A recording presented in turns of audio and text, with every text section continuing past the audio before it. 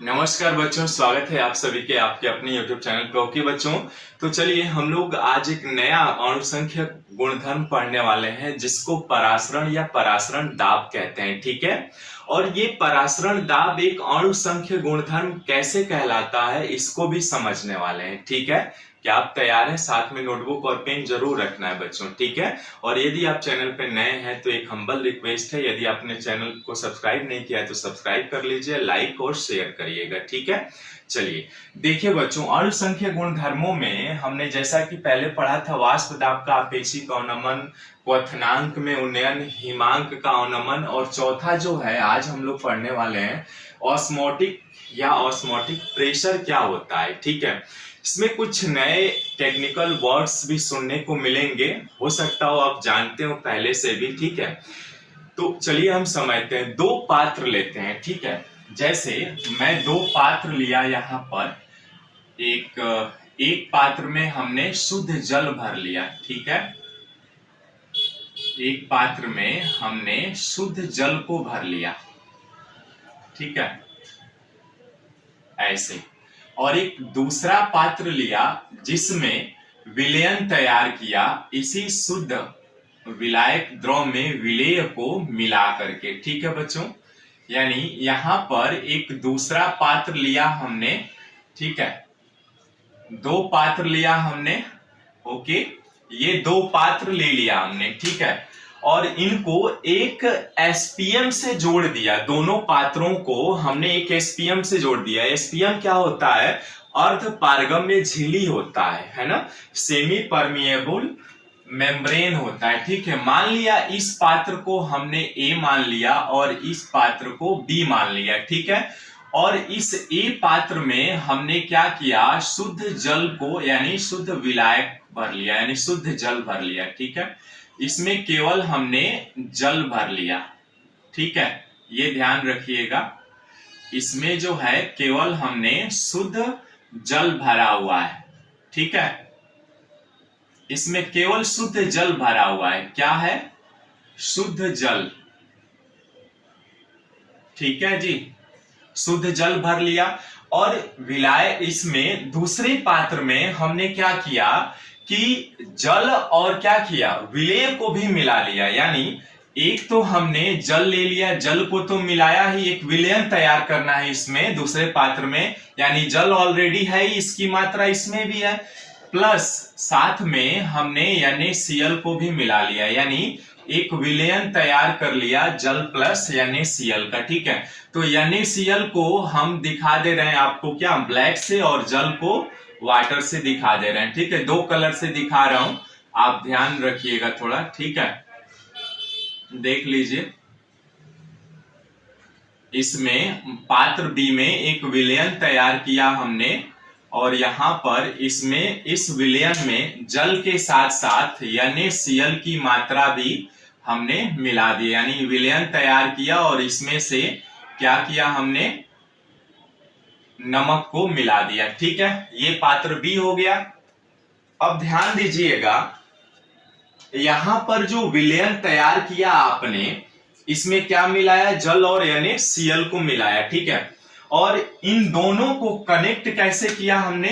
Connect ऐसे किया अर्ध पारगम्य झिल्ली से। ठीक है, अर्ध पारगम्य यानी जिसको एसपीएम आप कहते हैं, सेमी परबिएबल मेम्ब्रेन होता है। ठीक है, ये वाला, इसको अर्ध पारगम्य झिल्ली कहते हैं। ठीक है, और इसकी खास बात क्या होती है? यह अपने में से केवल विलाय के अणुओं को ही जाने देती है, विलेय के अणुओं को नहीं गुजरने देती है। जैसा कि लिखा हुआ है, अर्ध पारगम्य झिल्ली अपने में से होकर केवल और केवल विलायक के अणुओं को ही गुजरने देती है, विलेय के अणुओं को गुजरने नहीं देती है, इसलिए इसको एसपीएम निकाल लिया। और देखिए, हमारे पूरे प्रकृति में या घरों में भी आपने देखा होगा कि इस सभी लगभग सभी पदार्थों में क्या होते हैं? जंतु हो या वनस्पति हो, सभी पदार्थों में एसपीएम पाया जाता है। ठीक है, यानी इसीलिए तो यह एसपीएम क्या करता है? एसपीएम पाई जाती है। एसपीएम पदार्थ जैसे फिनॉल, पोटेशियम, फेरोसाइनाइड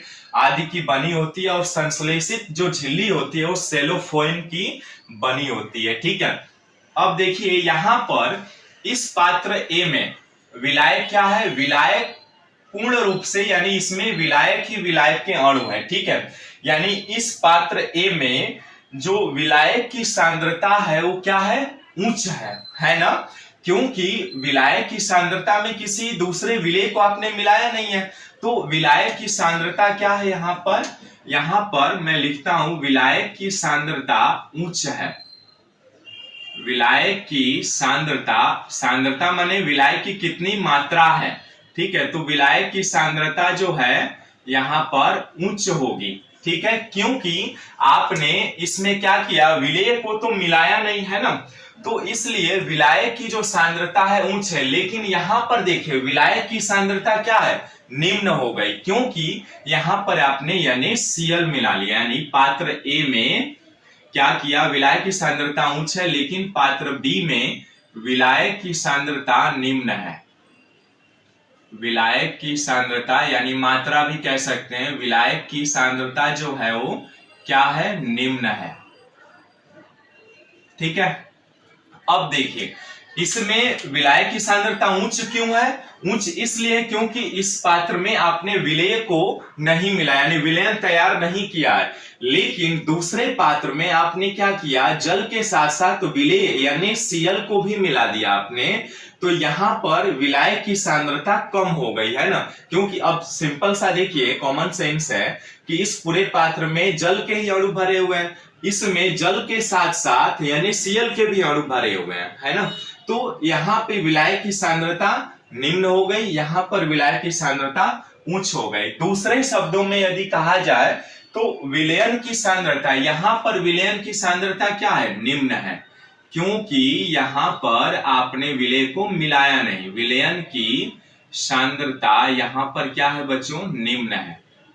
निम्न क्यों है, क्योंकि इसमें आपने विलेय तो मिलाया नहीं है, यानी NaCl को मिलाया नहीं, इसलिए विलयन की सांद्रता क्या है, यहाँ पर निम्न है। लेकिन यहाँ पर क्या है, विलयन की सांद्रता उच्च है, क्योंकि यहाँ पर विलेय मिला लिया आपने। यहाँ पर पात्र बी में विलयन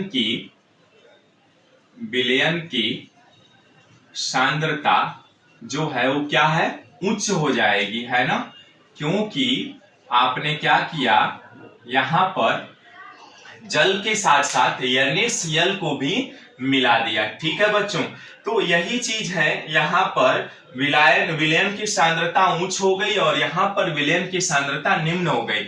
अब देखिए यहाँ पे कंफ्यूज मत होइएगा, यहाँ पे यदि कंफ्यूज आप होंगे ना तो परिभाषा जब आप देंगे ना तो वहां पर थोड़ा सा आपको कंफ्यूजन हो सकता है, तो ध्यान रखिएगा। दो यानी इस परासरण या परासरण दाब में, इसमें जब आप इसकी परिभाषा लिखेंगे ना तो दो चीजों के संदर्भ में परिभाषा लिख सकते हैं, या तो आप विलायक की संदर्भ में परिभाषा लिखिए या विलयन के संदर्भ में परिभाषा लिख सकते हैं, ठीक है। कैसे, देखिए अब क्या है, विलायक की सांद्रता यहाँ पर उच्च है और यहाँ पर विलायक की सांद्रता निम्न है, तो देखिए ये अर्ध पारगम्य झिल्ली का क्या काम है कि यह केवल और केवल क्या करती है, शुद्ध जल यानी विलायक के अणुओं को ही जाने देती है, विलेय के अणुओं को जाने नहीं देती है, गुजरने नहीं देती है।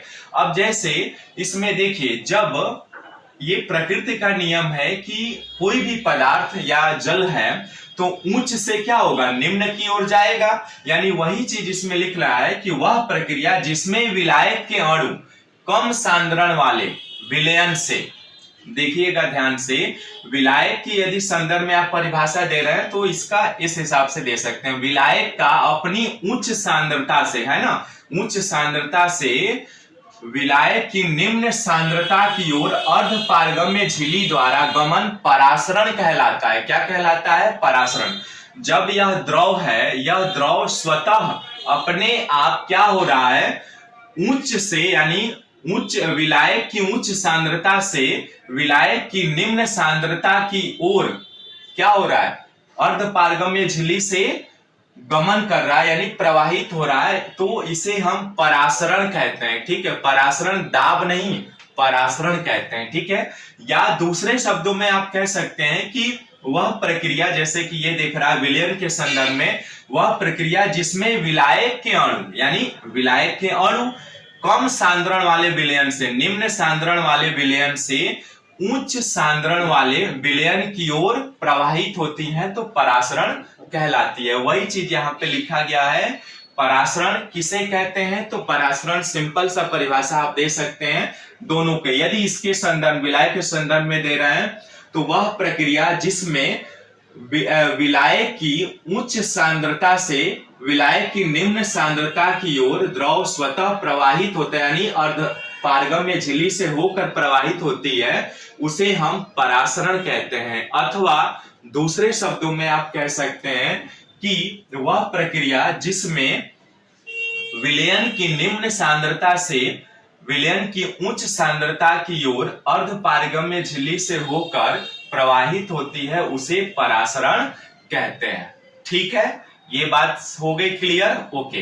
अब देखिए यहां पर जब आपने परासरण लिख लीजिए, यदि लिखना है तो स्क्रीनशॉट ले सकते हैं आप। ठीक है, स्क्रीनशॉट ले लीजिए। फिर अब हम समझते हैं परासरण दाब क्या होता है। ठीक है, ऑस्मोटिक प्रेशर क्या होता है। देखिए बच्चों, ऑस्मोटिक प्रेशर क्या होता है, सिंपल सा है। आपने ये जानते हैं कि यह जो जल है, इस पात्र ए में जो जल है, यह स्वतः क्या हो रहा है, उच्च से निम्न की ओर प्रवाहित हो रहा है। यानी ये ऐसे प्रवाहित हो रहा है, इस तरफ की ओर, ए से बी की ओर प्रवाहित हो रहा है।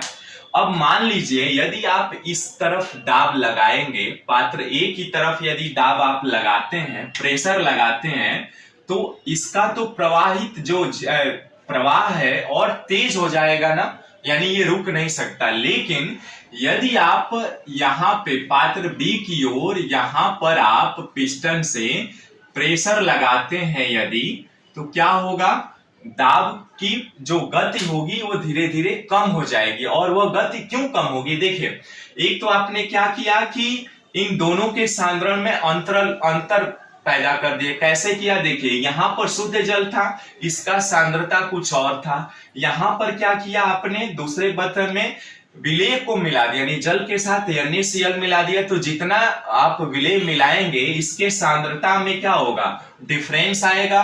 और डिफरेंस आएगा तो उतना ही प्रेशर आप लगाएंगे। जितना डिफरेंस आएगा सांद्रता में उतना आप प्रेशर लगाएंगे, यानी यहाँ पर आप उतना प्रेशर लगाएंगे बच्चों। ठीक है, ऑस्मोटिक प्रेशर लगाएंगे, और जितना प्रेशर लगाएंगे उतना क्या होगा, इसकी जो प्रवाह की गति है वो रुकेगी। इसीलिए यह अणुसंख्य गुणधर्म कहलाता है बच्चों। ठीक है, क्लियर हो गया? अब देखिए यहां पर मैं कुछ चीजें लिखता हूं, उसके बाद आगे बढ़ते हैं। ठीक है, देखिए यहां पर परासरण दाब जब पढ़ेंगे तो परासरण दाब क्या होता है। परासरण दाब वह दाब जो परासरण की प्रक्रिया को रोक देता है ना, यानी उसके गमन में अवरोध उत्पन्न करता है, उसे परासरण दाब कहते हैं। ठीक है, परासरण दाब को हम पाई से निरूपित करते हैं। ठीक है, क्या करते हैं, पाई से निरूपित करते हैं। और यह पाई जो है यह दो चीजों पर निर्भर करता है। क्या, पाई जो है वह दो चीजों पर निर्भर करता है। एक तो सी पर, यानी इस विलयन की कंसंट्रेशन पर, यानी विलयन की सांद्रता क्या होगी, है ना। सी क्या है, चूंकि सी जो है वो विलयन की सांद्रता है। क्या है बच्चों, विलयन की सांद्रता है। ध्यान से देखिएगा, विलयन की सांद्रता जिसे आप मोलारता से व्यक्त करेंगे, जब न्यूमेरिकल हल करेंगे ना बच्चों, तो वहां पर मोलारता से व्यक्त करेंगे। और दूसरा क्या निर्भर करेगा, जो परासरण दाब होगा यह पाई, वह इसके टेम्परेचर पर भी निर्भर करता है ना। यानी पाई जो है वो डायरेक्टली प्रोपोर्शनल टू टी होता है। ठीक है, यानी टी क्या है, तापमान है। अब देखिए बच्चों, यदि इसको हम इक्वेशन 1 मान ले, इसको 2, तो बाई इक्वेशन 1 और 2 से आप कह सकते हैं कि जो पाई होगा, ठीक है, पाई होगा वो क्या होगा, अनुक्रमानुपाती होगा सी और टी के। ठीक है, इस चिन्ह को हटाएंगे तो पाई बराबर CRT होता है। ठीक है, आर क्या है, आर जो है कुछ मात्रक भी होते हैं और वैल्यू भी होता है। ठीक है, इस आर का मान एटमॉस्फेरिक। ठीक है, या दूसरे शब्दों में आप कहेंगे ये होता है आपका आर का वैल्यू। ठीक है, एक तो आर का वैल्यू 0.821 लीटर एटमॉस्फेरिक हो जाएगा, अथवा दूसरे शब्दों में कह सकते हैं 0.083 लीटर बार मोल इनवर्स 1 केल्विन इनवर्स 1 कहलाता है। ठीक है, इस तरह से आप ये परासरण दाब को लिख सकते हैं। आप परासरण दाब का परिभाषा लिख लीजिए। वह दाब जो परासरण की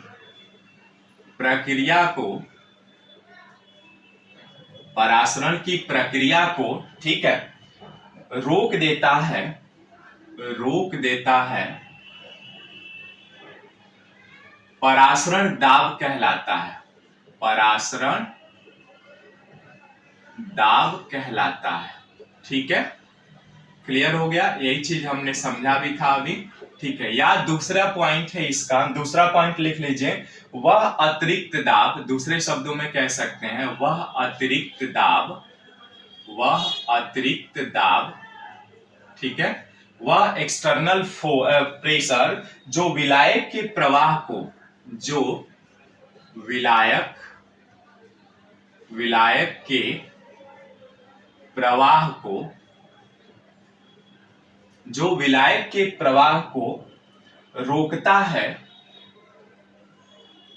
रोकता है परासरण दाब कहलाता है। परासरण दाब कहलाता है।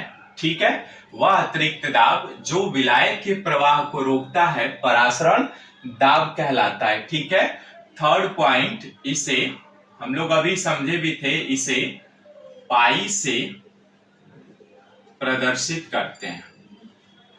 पाई से प्रदर्शित करते हैं। ठीक है, तो इस तरह से ये आपका जो है पाई जो है वो दो बातों पे निर्भर करेगा। ये तो आपने देख लिया अभी। ठीक है, एक तो विलयन की सांद्रता और दूसरा क्या है आपका टेम्परेचर, तापमान पर। ठीक है, तो इस तरह से ये आपका परासरण एवं परासरण दाब होता है। ठीक है, मिलता है फिर नेक्स्ट वीडियो में। Thanks for watching this video. नमस्कार।